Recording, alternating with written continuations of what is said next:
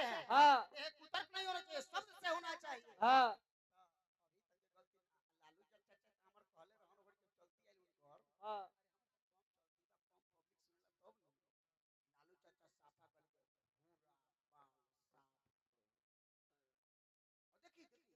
कोई चीज उदाहरण है दुनिया में, हर चीज का है, हर एक बुद्ध का प्रमाण है, कृष्ण का प्रमाण है। इसलिए लालू यादव कोई हो नहीं सकता है। मर जाएंगे बस, 1 साल के मेहमान है, 2 साल के मेहमान है, 88 वर्ष 89 वर्ष हो चुका है, 90 91 पर होने वाला है, एकदम किरनी बेटी की है जिंदा है। लेकिन वो सोच के बच्चा और जन्म ले धरती पर, मेरे खानदान में, आपके घर में, वैसा लालू यदि आज के डेट में जन्म ले तो फिर छुआछूत का छोट गरीब अमीर कोई ना रह जाएगा। वो लालू का सोच आज उन्हीं का कारण है, वही लालू यादव के सोच के कारण कोई पार्टी चलता है तो किसी विचारधारा पे चलता है। तो लोग बात इतबा बधैया जिया जिया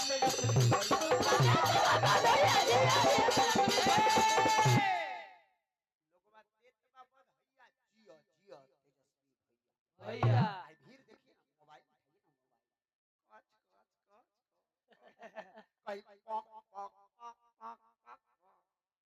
ना चलिए जहाँ नहीं जाता, जहाँ घोच एक लेकर मोटा कर मिलता था, कहीं जाके भीड़ देखिए। आज लोगों बात इतबा बधैया जिया जिया तेजस्वी भैया गंगा कितना बड़ी बड़ी बड़ी बहन फोरना के आंख नहीं किया, दूसरा में आंख गंगा कितना बड़ी आई तो गोदावरी ना नदी गोदावरी, गंगा कितना उफनाई नदी गोदावरी ना होई, नेता बड़का बड़का होई लालू नेता बड़का बड़का होई लालू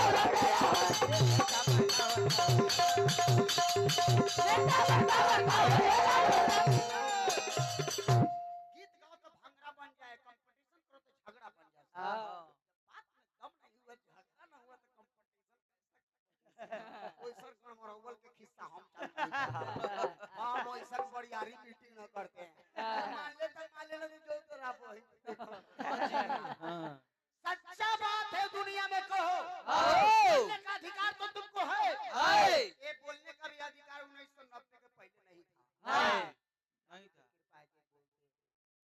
मीडिया वाला कोई जाते हो एगो माइक लेके बोलिए नेताजी ऐसा गलती क्यों, नेताजी कुछ नहीं बोलते। एगो समय था बलजोड़ी तुमको कर्म किया जाता था, जोर से तो बोल नहीं रहा था, दर्द कर रहा है लेकिन ठीक है, अच्छा समय था ऐसा जो दर्द कर रहा था लेकिन अच्छा लगा।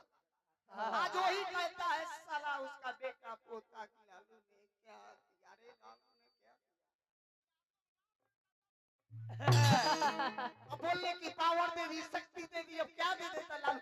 अरे पढ़ो तो लालू की किताब आ गई है, तो लालू जानने वाले हैं। लालू लालू लालू मनुष्य का नाम नहीं है कि मैं लालू बोल रहा हूँ, मैं पागल हूँ, मेरे दिमाग में भूसा कैसा है। लालू कोई लालू नाम नहीं है, लालू एक इतिहास है, लालू एक चरित्र है, लालू एक किताब है, लालू एक पद यात्रा है, लालू एक मेरा जीवन चलने की शैली है।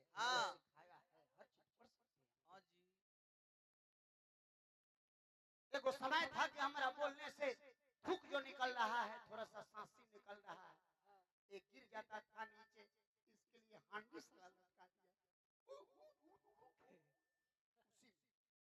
हमको चलने से तुमको लाज लगता था, लालू ने हो किसी का बखान करो तो पूर्ण करो जो उसका सोच क्या है।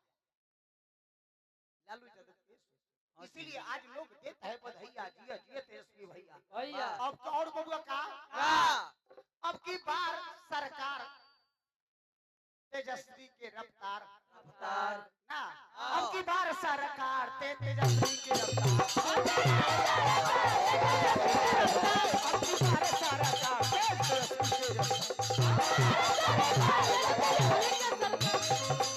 मिठाई का मतलब क्या है, पैसा। मिठाई के माने पैसा।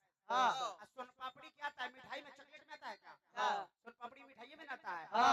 मिठाई कितनो अच्छा बात है, सोन पापड़ी ना होई तबड़ कबड़ का होई है लालू